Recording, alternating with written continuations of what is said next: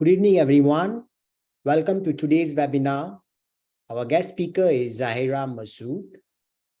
She is a principal counselor at Nuffield Counselling. She has a master's degree in professional counseling and works with adults, adolescent couples, and families on a broader range of mental health conditions such as stress, anxiety, depression, and bipolar disorder. So from here, I'll hand it over to Zahira. Zahira? Hi, everyone. A very good evening. Thank you for joining me here today in another series of our webinars supporting mental health at work. So today's topic is Unmasking Imposter Syndrome. Embrace your self-worth and thrive. Hi, I'm Zahira, Principal Counselor with Nuffield. As a clinical counselor, my role is to support my clients with their mental health journey in therapy and give them insights to emotional health and well-being. I see people from all walks of life, from young to old, and help them through their challenges in their personal and professional space. So, okay, just a little bit about me, right? So anyways, before we start, please note that today's webinar is solely meant for guidance, okay? There are many resources and websites you can refer to for more information on today's topic. You're always welcome, of course, to reach out to me if you would like to have some of these resources.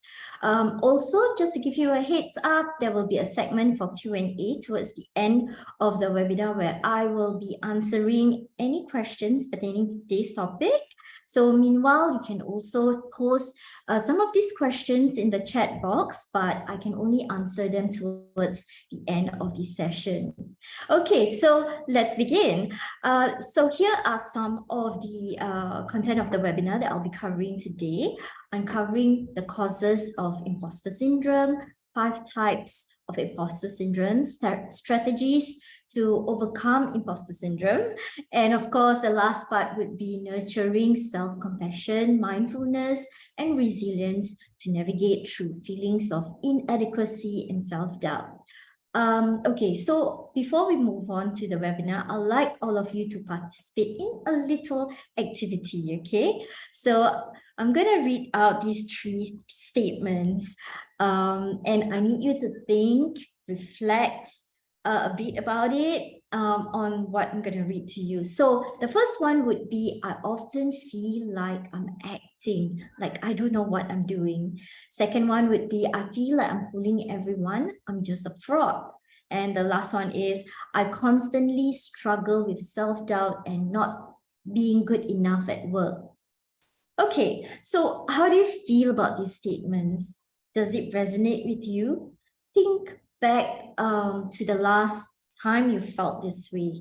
Did it make you feel lack of confidence, incompetent, or on the edge that someone might discover your inadequacy, which could result in a loss of job? Do you find it challenging to internalize your success and genuinely hold the belief that you are competent or capable? Then I think you might experience some of the symptoms of imposter syndrome. Okay, so let's uncover some of the causes of imposter syndrome, okay? People who are usually struggling with these feelings often keep quiet and hide the fact that, you know, they are going through this struggle by themselves. Just know that this is completely a normal phenomenon. The failure to acknowledge imposter syndrome, however, may develop into anxiety, stress, leading to more sick leave from work or school. So this webinar is going to look at what imposter syndrome is and how simple techniques can make a difference. Okay, so what is imposter syndrome? Okay, it is a sense of self-doubt related to work accomplishments, especially. You might feel feelings of fraud and think you don't deserve your job. Oftentimes, imposter syndrome makes you feel like you're tricking your co-workers into believing that you are good at what you're doing, right? So other symptoms may include lack of self-confidence at work, sensitivity to small mistakes, fear of failing your team, burnout from working too hard. Okay, so if any of these feelings sounds familiar to you, just know that you're definitely not alone, okay? In fact, according to research, nearly 2/3 of employees worldwide reported experiencing imposter syndrome. This is not just limited to new hires, but those who are holding more senior positions can actually more likely than average to experience imposter syndrome, okay? So most people have experienced episodes of it at some point in their careers. So it is estimated like 70% of people will experience at least one episode of imposter syndrome in their lifetime. All right, but don't worry. There's nothing to be alarmed about. I just, I simply classify it as being human. It is, we as humans have emotions and feelings about things, and sometimes we feel like we are, when we are in an environment where we just transition into a new job or transitioning into a new role, it is likely that we would have these kind of feelings. Okay, so let's discuss some characteristics of imposter syndrome. Okay, the first one would be they will feel self-doubt in your skills and incompetence, crediting external factors like, oh, it may be just pure luck for your success, decrease in self-confidence, isolating from team members, perfectionism traits, experiencing overwork and burnout, setting impossible high standards for yourself, low self-esteem, and lastly, intense fear of failure. All right, so the 5 types of imposter syndrome would be, the first one is the perfectionistic traits. Okay, so people with these perfectionist traits, whose primary focus is on how something is done instead of the overall outcome. Despite receiving praise, you could experience feelings of like, oh, I could have done better. Okay, so usually people who are in this perfectionistic traits have a tendency of feeling that, nothing is ever enough. They want to just keep thinking that they can do better.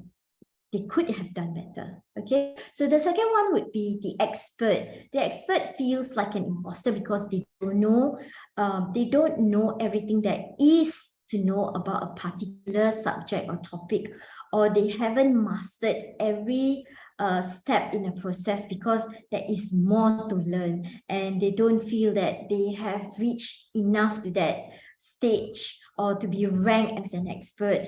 So they always have this tendency of they wanting to be the best at what they do. Okay, so the third one would be the natural genius. In this imposter syndrome type, you may feel like a fraud simply because you don't believe that you are naturally intelligent or competent. You don't get something done right in the first time around, and takes you longer to master a skill. You will feel like an imposter because you feel like you need to be a natural genius at everything you do. Okay, the fourth one would be the soloist, focusing on who carries out the task. This type of imposter believes that they have to do one thing or everything on their own. If you fall under this archetype, you may believe that asking for help or needing assistance as a sign of weakness. And lastly, the superhuman. This type of imposter syndrome involves believing that you must be the hardest worker to reach the highest level of achievement possible. If not, you're a fraud. Okay, so it can be really challenging to talk about these type of traits or whatever that you're experiencing, but it may not come to a surprise that anyone that you talk about these feelings of imposter, they too might relate to this, because everyone would have experienced it at some point of their career. Okay, so let's discuss some of the strategies. Let's move on to the next slide. Okay, so that's why building strategies to acknowledge these feelings and overcome them is important to retain motivation and strive at work. Just remember that everyone at work in the area of your expertise has always felt the same way like you do, especially those who are transitioning into a new role. I personally feel that most important thing is to always remember that you're not alone, okay? Others have also experienced this at some point of their life. But it is important to learn how to overcome imposter syndrome because it can lead to significant loss of confidence, anxiety issues, and even depression. So it is crucial to remember that everyone experiences self-doubt and insecurity at times, but with hard work, you can overcome these feelings. So here are some of the tips on how to overcome these feelings and thrive at work. The first one would be building awareness, okay? So imposter syndrome makes you feel like you aren't good at what you're doing, but often these feelings are based on fear and not the reality. So the best way to fight imposter syndrome is to build your awareness by identifying your emotions and cross-checking them with facts. Okay, so you can't keep your brain from creating stories that are untrue, but you can center yourself around facts on what is real or not. So the next time you're in a situation that makes you feel like an imposter, right? Categorize it by identifying facts versus the stories that you make, the stories that you feel about yourself, what you're going through, especially when you're feeling inadequacy or self-doubt. That way you can identify what you're feeling and why you're feeling this way, and take actionable steps to let go of what you cannot control. One helpful way is to start by keeping a journal. I feel this is really, really, helpful for a lot of my clients. So whenever you experience feelings of this self-doubt or inadequacy, write it down and be specific why you're feeling this way. The chances are that, when you see your own thoughts written out in black and white, it will help you to see how harmful they can be. And the most important part of journaling is to challenge these unhelpful negative feelings, okay? So remember that while feelings are important, they are just feelings and do not necessarily reflect the reality. So feeling unqualified does not mean you are actually unqualified. For example, in your journal, you might write, oh, today I gave a presentation to the team, and although they said I did really well, I could see that they weren't impressed, right? So if you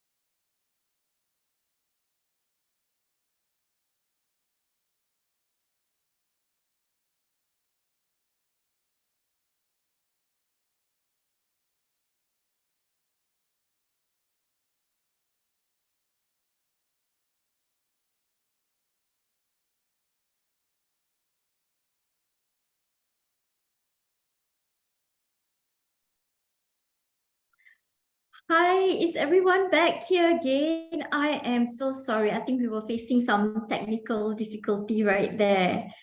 Can everyone hear me? Okay. I'm so sorry about that. Okay, so as I was saying about the part of building awareness, it is important to understand that these are just feelings and these are just some of the thought processes that you felt that is inadequate about yourself. So for example, instead of feeling bad with a negative thought on yourself, focus on what the team members actually said. Just because your interpretation of an event or stories doesn't mean your feelings are less valid, okay? Because combating imposter syndrome isn't about ignoring your emotions either. So rather, the best way... Hi, can everyone actually hear me?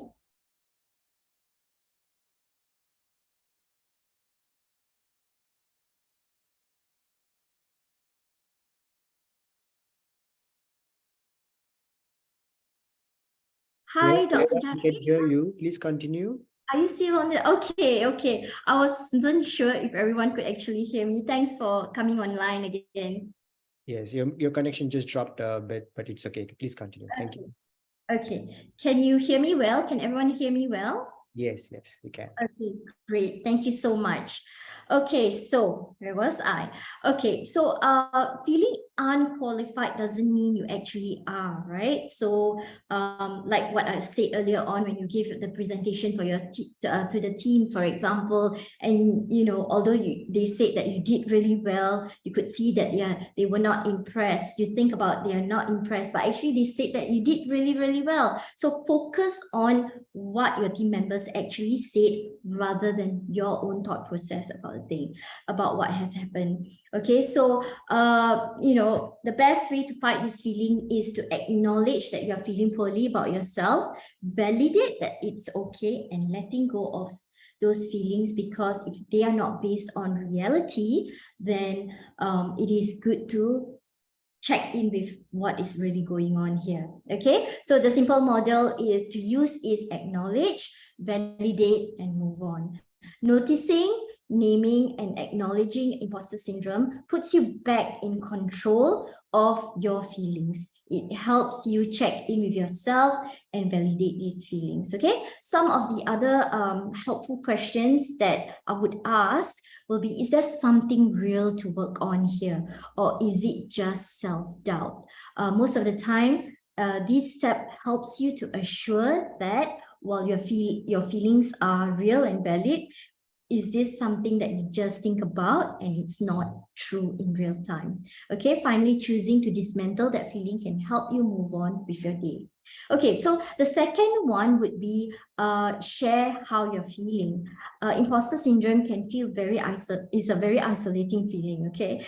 But as we share these feelings at workplace, you'd be surprised that everyone have experienced it at some point of their their career. So nearly 2/3 of workers worldwide have experienced imposter syndrome.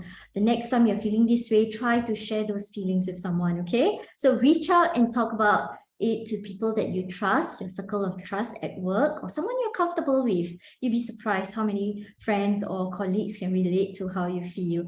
Listen to the people that you respect in your life and let them know about your fears. And you'll be surprised some of these fears can be unfounded. So there are two advantages to sharing how you're feeling. Instead of internalizing these emotions, recognize them and move on.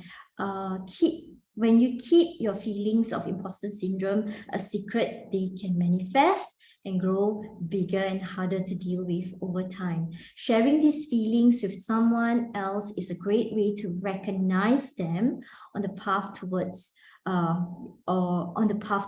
overcoming imposter syndrome. You might find someone who also experience the same, such as yours. This helps you feel that you're also not so alone, right? At the way that you're feeling this with what you're truly experiencing at that point of time. So when you feel supported by those who share similar experiences and can relate to yours, you feel more encouraged, you feel validated, and of course, you don't feel as lonely as anymore. Okay, hence this will lift you and encourage you to further at work. Okay, so the third one would be looking at facts or evidences. If it is challenging to share your feelings with others, then you might want to work on overcoming those negative feelings with facts or evidence. Look for evidence to overcome these feelings. So for example, if you feel like you're always behind at work, but in fact you're not, right? So you can go back to your most recent projects and keep track of what you have done so far. Review your work and to see if these feelings are based on what you think. If they are, then and you've identified something concrete, you can work on it and improve on it. So if they aren't, use this evidence every time that voice in your brain pops up to tell you that you're aren't good enough or you're incompetent enough. So if you don't have an easy way to review your work, I would encourage you to get in touch with a supervisor or manager to get feedback on how you have done so far and reflect on these facts. I would also encourage you to, of course, journal your thoughts and feelings on this and reminding yourself that, hey, actually these facts are untrue, or if it's true, what can I do to improve, or what can I do to make it better? So it will help you process your thoughts and emotions with regards to your work. Okay, you can look back at past projects and get set up for success on any future initiatives. When in doubt, you try to find evidence of why you're unique, talented, and qualified. You may also want to look at past experiences or positive feedbacks others have shared with you, like what I shared earlier on as well, right? So based on the facts of, what has happened, what your colleagues have said about your presentation, rather than, thinking about, rather than focusing on the negative thought itself. So that way you feel, whenever you feel unqualified or incompetent, you can compare those thoughts and compare it with the concrete evidence that you have. Okay, so number 4 would be reframe your thoughts. There is power in your thoughts, okay? So the way we approach the world has the power to shape our reality in both positive and negative ways. So if you suffer from negative thoughts, start monitoring your mental voice and make changes where possible. And if you find it hard, it is good to approach people who are in a similar roles and talk to them about it. Okay, so but I think one of the most important part of reframing your thoughts is, you won't have immediate results, but if you keep framing your thought process from negative to positive, over time the brain rewires itself, and you can approach situation in a more positive light. So for example, the next time you make a mistake, instead of thinking, oh, that was an awful piece of work, I'm not good enough for this, reframe it by saying, that wasn't my best work, but I'll do better next time. Okay, so you see how it changes the context. Okay, so by reframing your mental language, you are rewiring your brain to be more supportive to yourself. This is what we call cognitive restructuring, which I use a lot with my clients to counter automatic negative thoughts and feelings. So write down positive statements or affirmations that neutralize negative self-talk. Okay, so now the last one, number 5 is understand your strength and weaknesses. To fight imposter syndrome, build up your confidence by understanding your own strength and what the weaknesses are. So try improving your hard skills and soft skills. That way, whenever you encounter negative automatic thoughts that you're not good enough at something, you can counter back that you are in the process of getting better.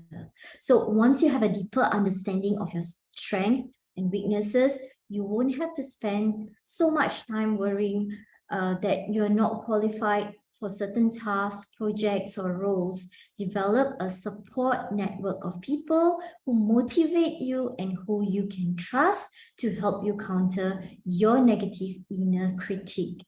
So a great way to do that is to find a mentor or learn from team members.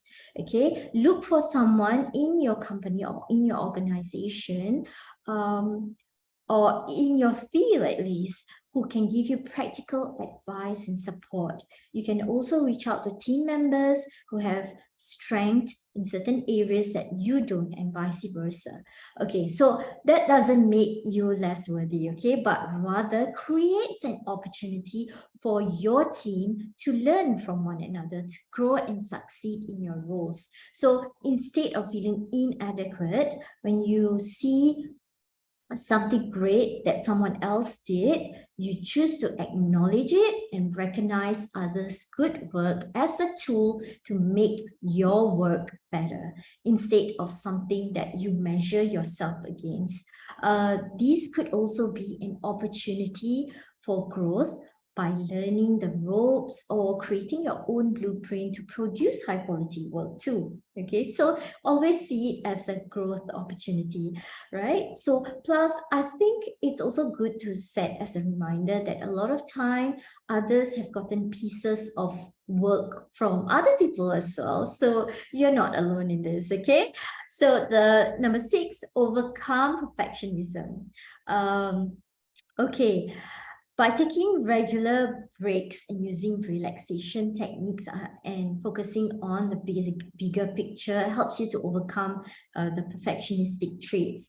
Learn how to set yourself in a realistic, challenging, and achievable ways of doing things. So at the same time, remember that mistakes are part of life, and that if you don't hit a particular goal or get something done on time, it's not the end of the world. Okay. In fact, mistakes is an opportunity for growth, right?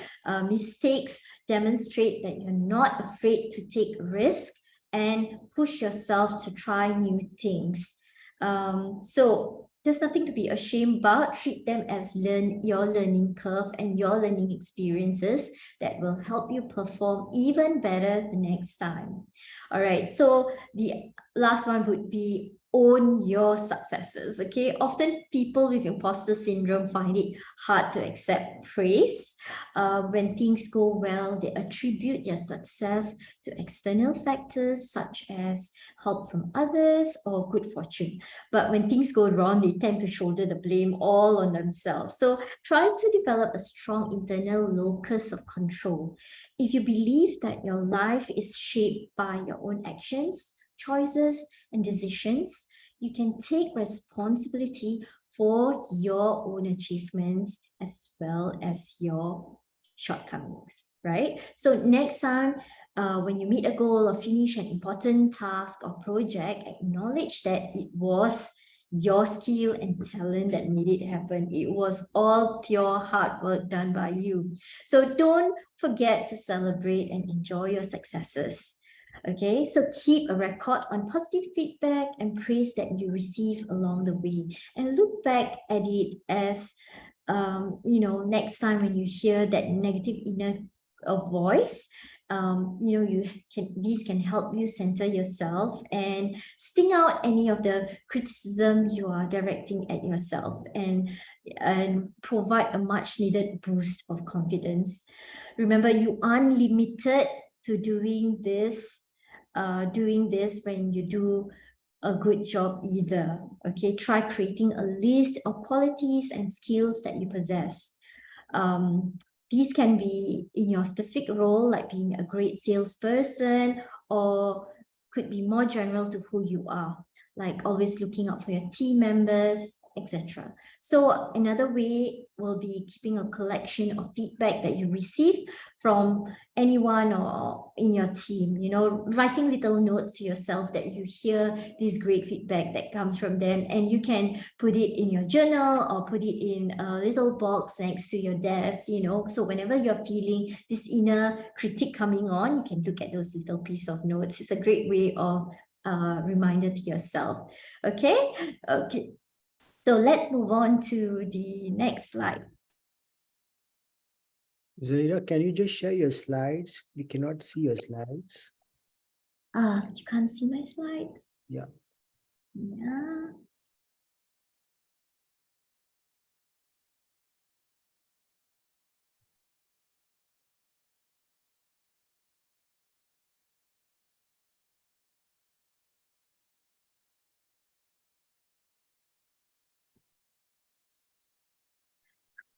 Sorry, everyone. This is what we call technical difficulty.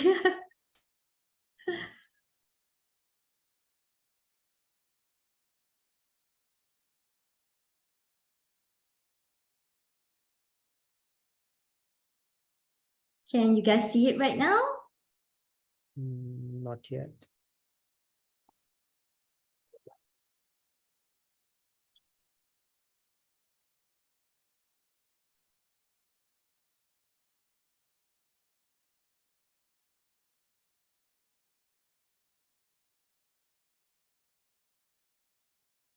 Can you see it right now? I'm so sorry that we have to go through this.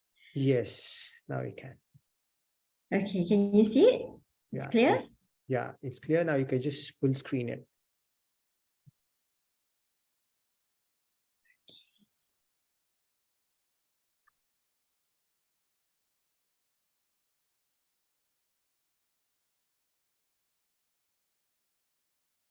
I think it's a little slow.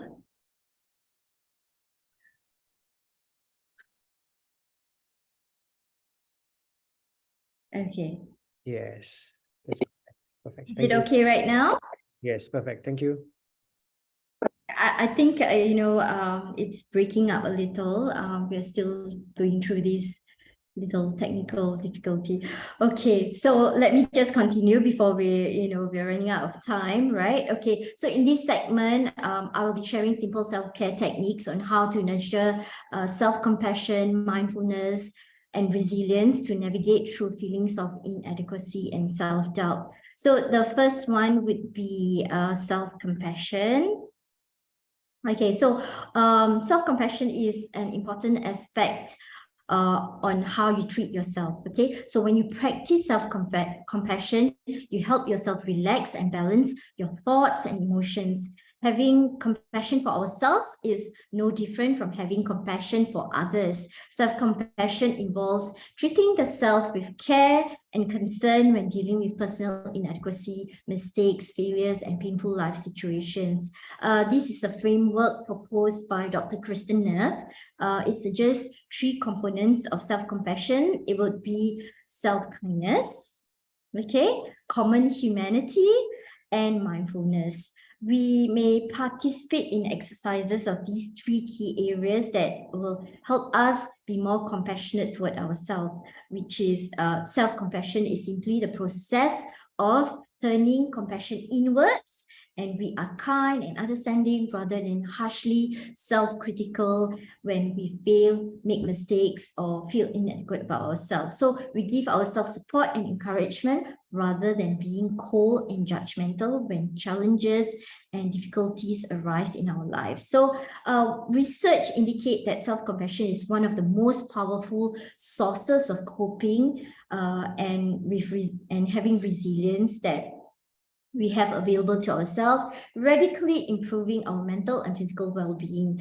It motivates us and make changes to reach goals, and not because we're inadequate, but because we care and want us to be happy, which we can achieve through the practice of mindfulness. Okay, in therapy, we use mindfulness-based cognitive therapy, which is MBCT, which helps people reflect on their feelings and foster more compassionate, constructive ways of relating to themselves, which becomes a more popular approach to overcoming imposter syndrome. So as I mentioned earlier on, like I said, there's self-kindness, common humanity, and mindfulness. Okay, let's go to the first one. Okay, some self-kindness techniques, which include making positive affirmations and surrounding yourself with healthy self-talk. We actively practice being kind to ourselves by affirming ourselves. So unhealthy self-talks sometimes is unavoidable. I can understand that. But especially when we're experiencing failure and inadequacy, right? It just comes to you automatically and you can't, it's so hard to stop it. However, you can mitigate and prepare yourselves for it. In stressful situations, you can, one of the techniques will be looking in the mirror to breathe and encourage yourself, surrounding yourself with healthy self-talk. It is important aspect of being kind to yourself. whenever you talk to yourself in a healthy way, right? So what you can do is create a daily mantra. For example, repeating things such as looking in the mirror and repeating things as I am capable, I can do all things that I put my mind into, to yourself every morning when you get up. Okay, the other one would be listening to uplifting music or podcasts, reading inspirational books, surrounding yourself with positive or the right people. Okay, so pay attention to the present and enjoy the beauty of it. One of my most favorite things that I practice every morning is, when I get up in the morning, I'll splash my face with cold water. And, the thing that really picks up my mood is putting on soft music or a fast music, depending on how I feel on that day, to motivate myself. Okay, so a little exercise that I usually do with my clients, right? I want you to think back of a time when you know someone who's going through a difficult experience. Okay, it may be a friend, a family member, or even a co-worker. Next, you ask yourself, when that person is going through a really hard time and you can actually see it, what would you actually say to that person when you see that person is going through a hard time? How would you say it to them? What questions would you ask? What kind of gestures you would make to show that you care? Now, I want you to think about a time that you have been in a similar situation or envision yourself in the same situation. How would you respond to yourself, right? What is the immediate thoughts and feelings that you have about yourself? What would you say to yourself? Notice how you would respond to others and respond to yourself is different. So I want you to compare to the two ways of responding to these two different situations. Did you notice any differences? And what are they? What do you think are the fears that is being played out in how you treat yourself versus others? Why do you think this is? Okay, I want you to think about it a little bit, okay? And write it down somewhere.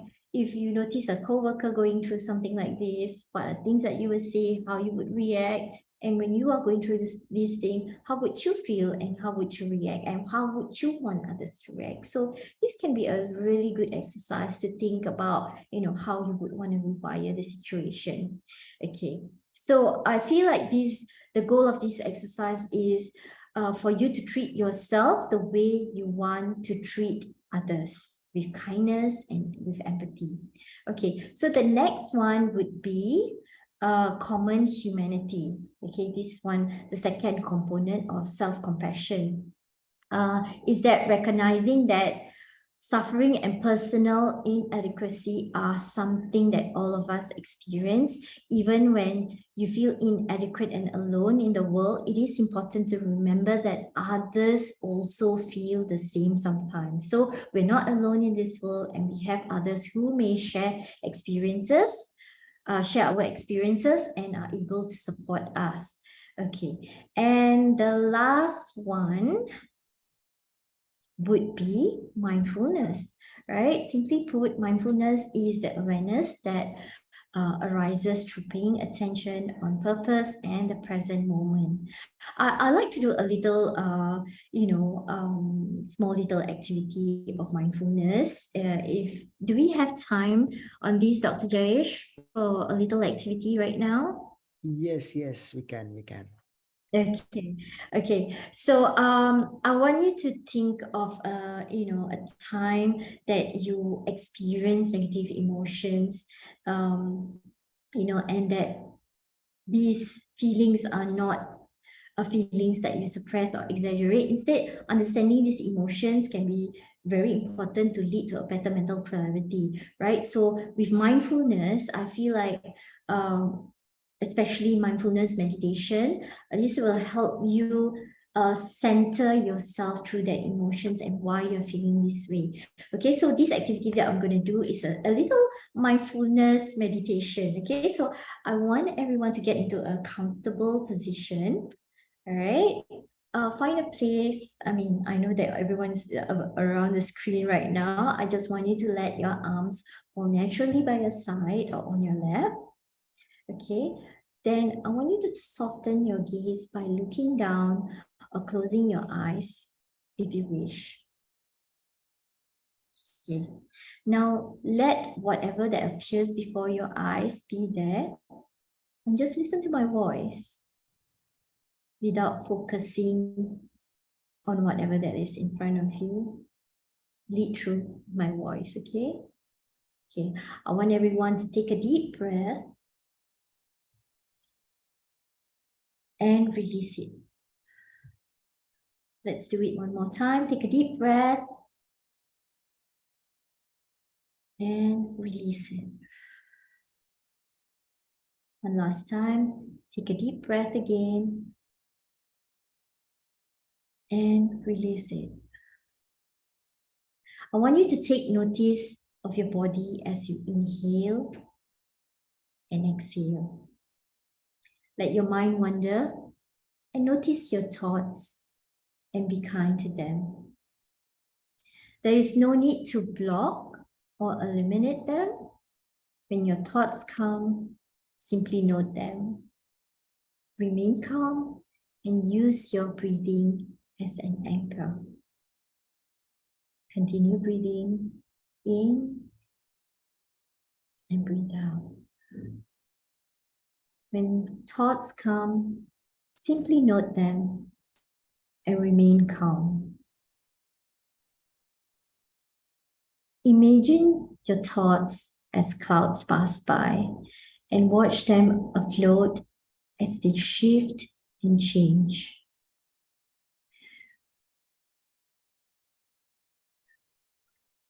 Pay attention to how your body feels right now.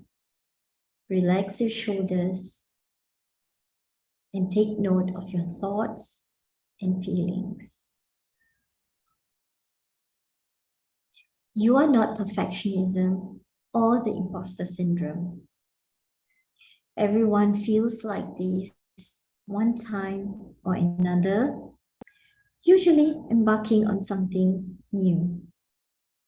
The people that succeed are usually those who soften their judgment and criticism, having the self-belief and self-love that you are more than ready and you realize that the feelings of fear is just a normal feeling. Just do what you're set out to do and do it anyway. By taking a deep breath in and a deep breath out, taking a moment to notice how your body feels, and taking a moment of gratitude for taking time out today to nourish your mind. And before getting up, I gently like to recite these words today. I want you to remember that you are good enough. I believe in me and I am proud of what I do. Take a deep breath and release it again. One more time. A deep breath in and release it again. And then when you're ready, you can gently move your arms around, gently open your eyes. How are we feeling right now? Okay, so not only mindfulness teach us to be in the moment where, whenever we feel that we are overwhelmed with a lot of things, inner critique, inadequacy, a low self-worth, self-doubt, all the inner critiques that we have about self. Take a moment to yourself and teach yourself that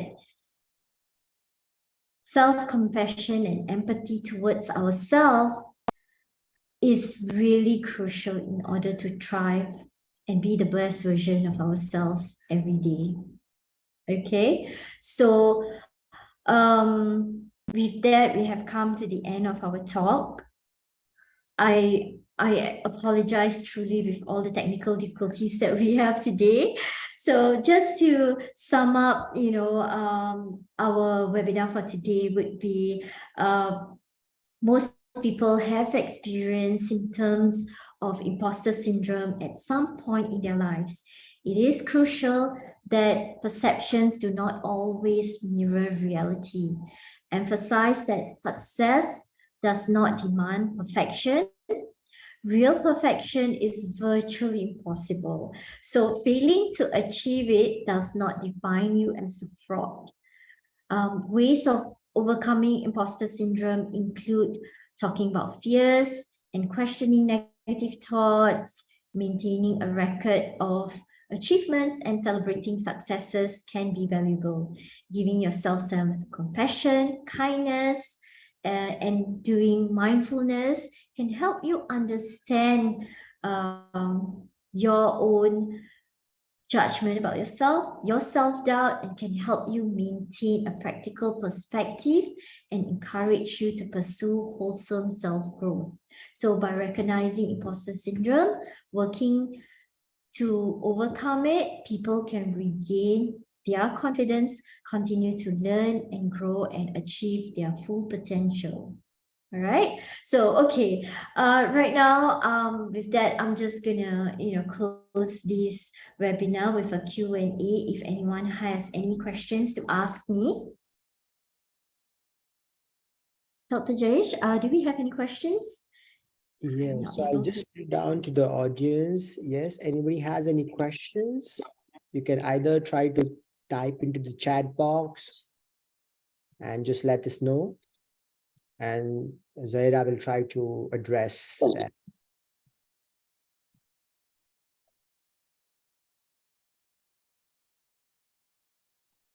If not, so perhaps yeah.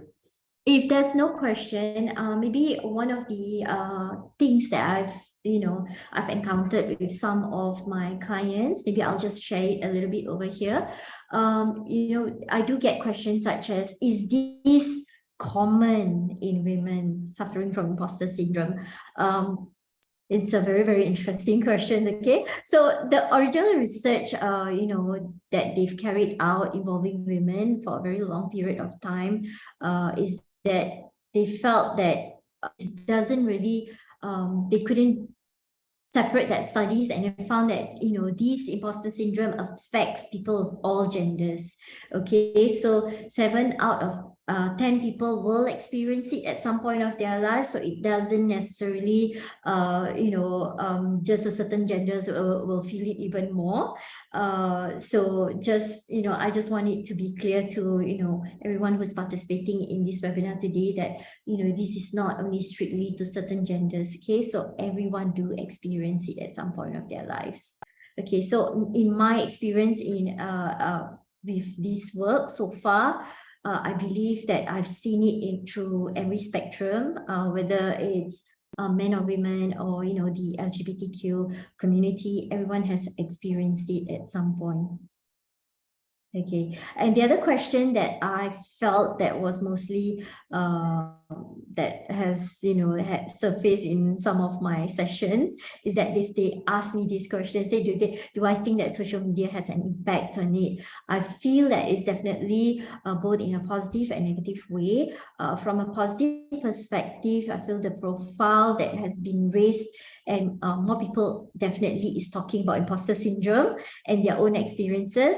So at least people know that they are not the only ones experiencing it. These days on social media, people talk about every issues, right? So this is one of the very most talked about issue, imposter syndrome, and it is definitely comforting in a way that people get to hear what others talk about, and they feel they're not so alone, right? You feel like you're not so alone, that everyone else do experience it. The negative side of it on social media is that people highlight on their reels, and it's easy to fall down when you go into that comparison trap and assume that people are doing better than you. And whenever you see that, it makes you question yourself again. So it is very important to be mindful that a lot of time we're comparing our inner world with someone else's highlight reels, right? And it is not fair to make that comparison. So